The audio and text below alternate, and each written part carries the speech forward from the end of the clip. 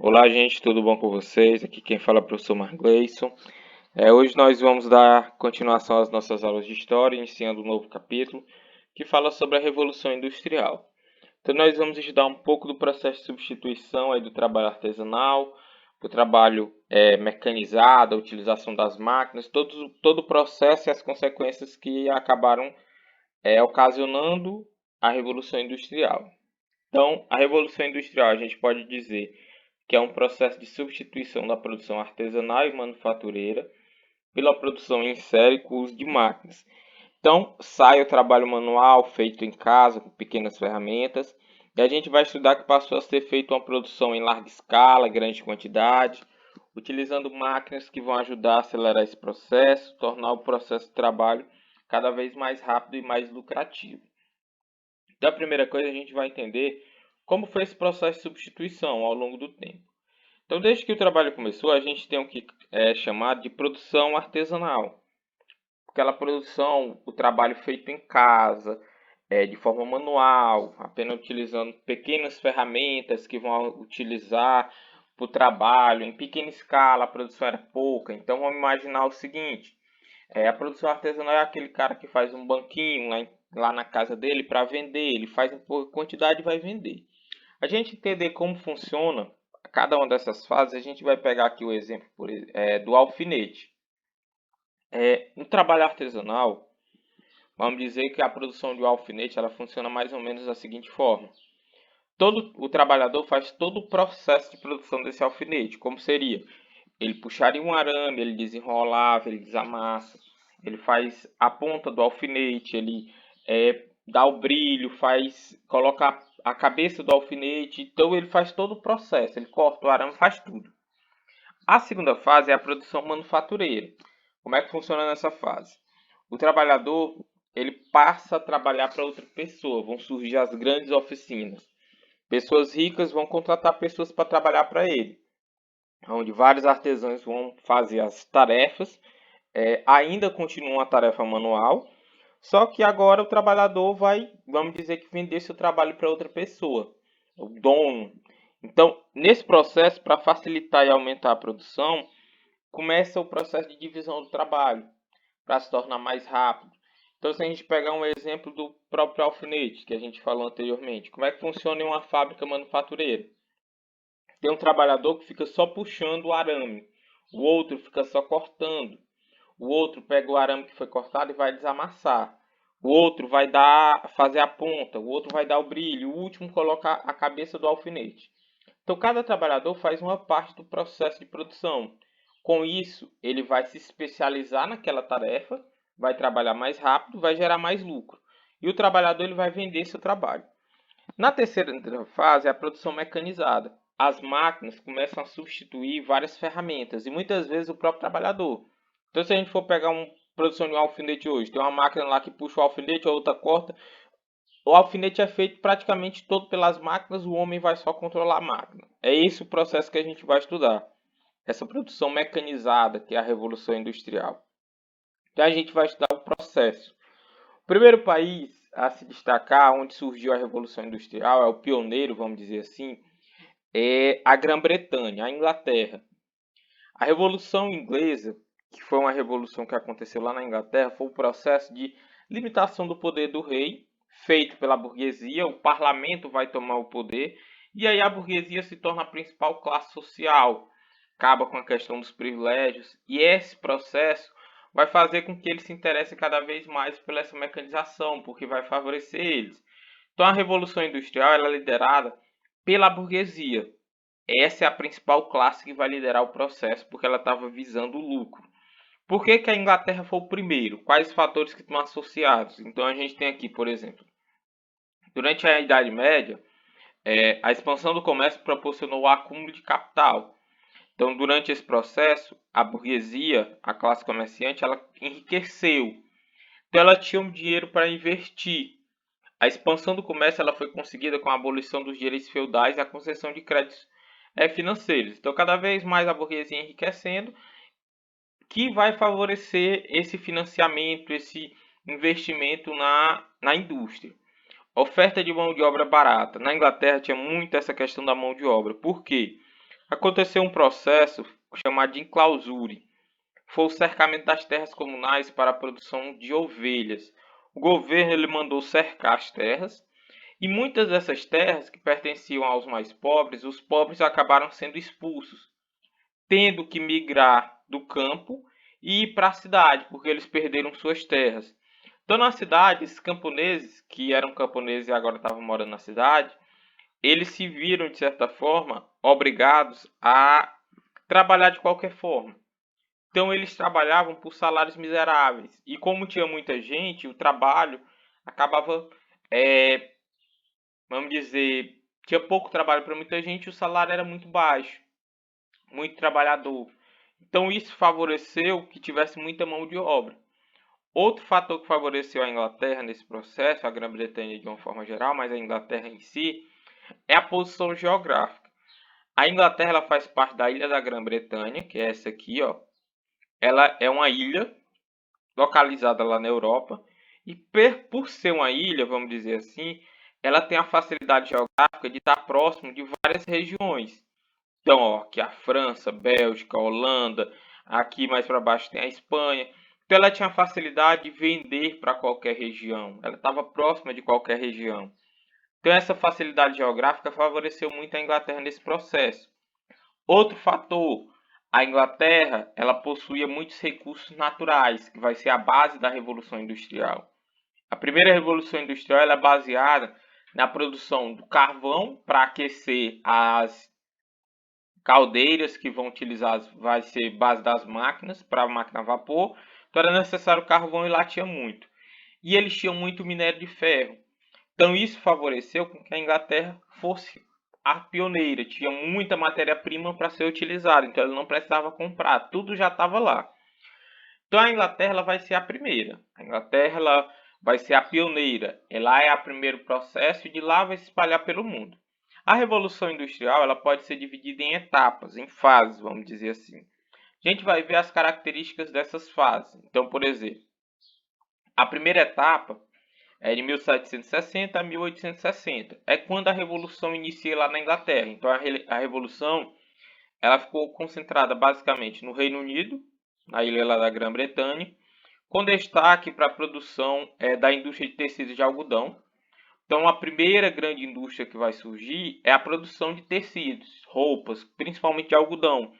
Porque nesse processo de primeira fase vai ser criado o tear mecânico, que a gente vai ver um pouquinho mais à frente aí. E é a fase também caracterizada pela invenção e aperfeiçoamento da máquina a vapor. O aquecimento da água fazia o vapor e esse vapor fazia a máquina trabalhar. Então o processo ficou mais rápido. Então aqui ó, a gente tem um mapa mostrando as áreas industriais, onde tinha as principais concentrações, onde produzia algodão, metalurgia, aí mostrando no mapa. Então aqui ó, a gente tem dois exemplos. O tear manual, que a gente ainda consegue encontrar em algumas regiões, principalmente aqui para a gente no Nordeste ainda é muito comum, é utilizado para fazer tapetes, fazer redes.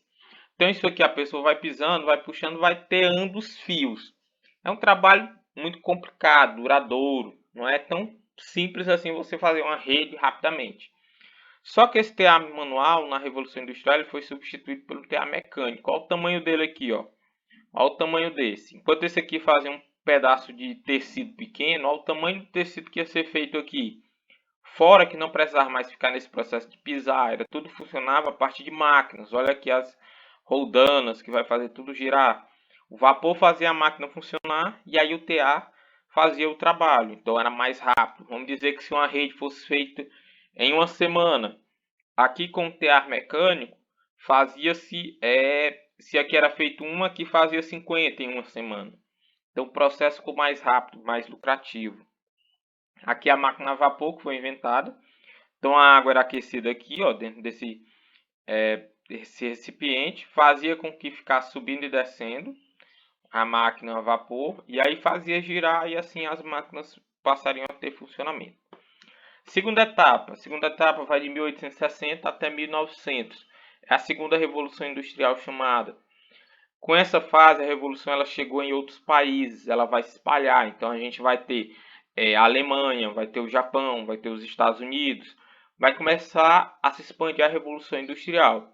O que a gente tem de característica dessa fase? Quais são as principais coisas que vão acontecer?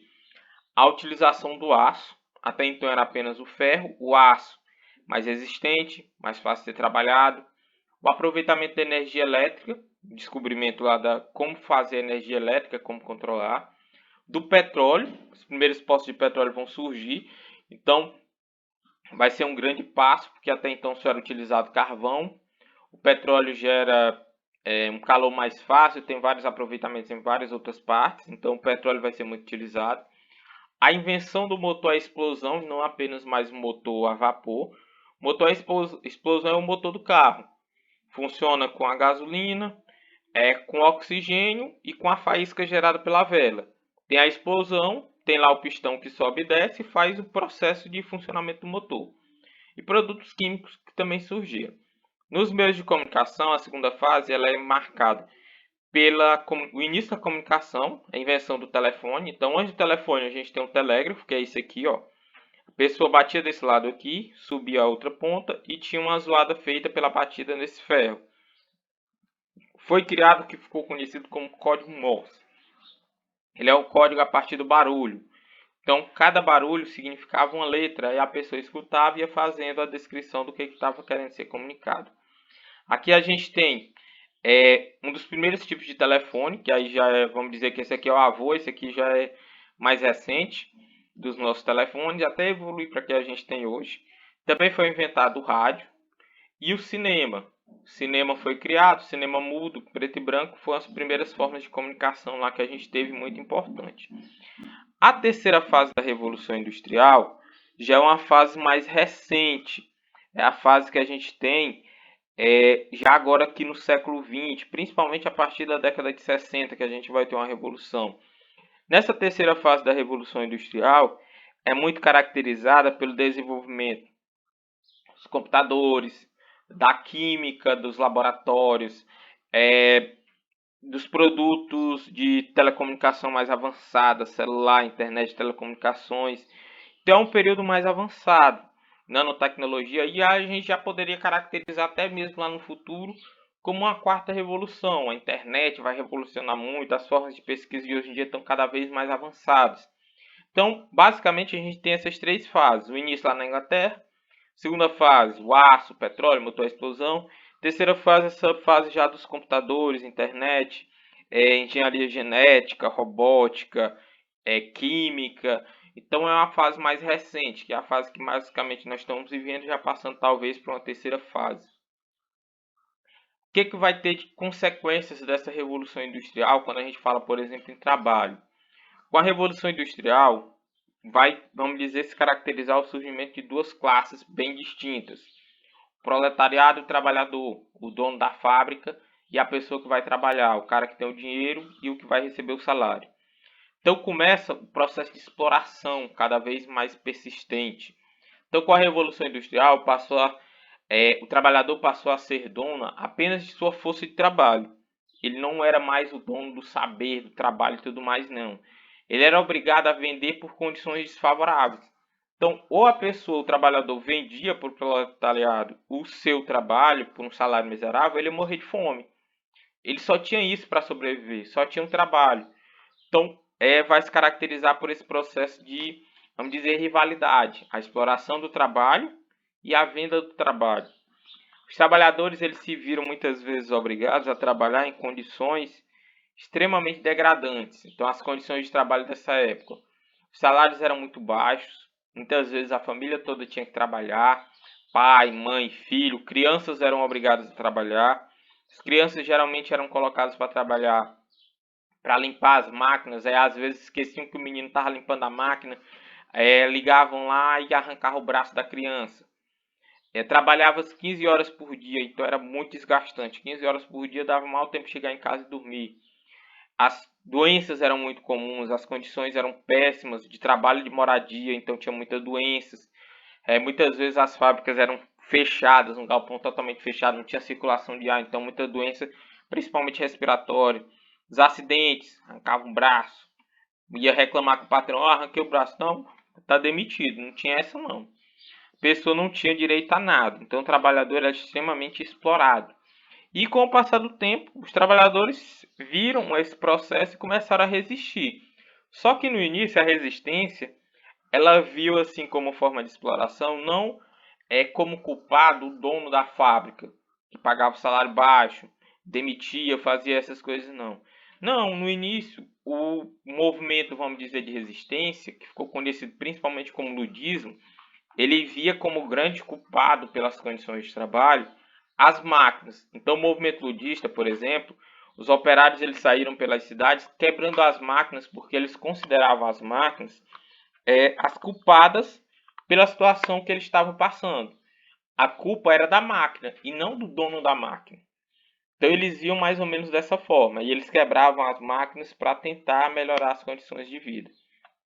A Revolução Industrial também gerou um processo de fragmentação e alienação do trabalho. O trabalhador ele se viu cada vez mais especializado em uma única área e com isso, essa especialização levou a uma perda da noção de produção. Então se a gente imaginar lá no artesanato, o cara sabia fazer o alfinete completo. Agora, com a máquina, com a revolução, vamos dizer, ele só sabia fazer a ponta do alfinete. Ele não sabia mais como trabalhar. Se ele fosse obrigado a voltar para casa para fazer o alfinete, ele não tinha mais esse processo. Ele estava totalmente alienado, submetido àquelas condições. Não tinha condições de trabalhar por conta própria. E aí a gente tem aqui outras consequências que geraram que acabaram sendo geradas pela Revolução Industrial. Então a gente tem um aumento da população urbana, as cidades começam a crescer, evolução nos meios de transporte, os transportes vão ficar mais rápidos por causa das máquinas que foram inventadas, das telecomunicações, a invenção do telégrafo, do telefone, o navio a vapor fez as viagens, por exemplo, nos oceanos diminuírem de meses para semanas, o trem, o carro foi inventado já na segunda fase. O trem tornou as viagens de longa distância em terra cada vez mais rápidas.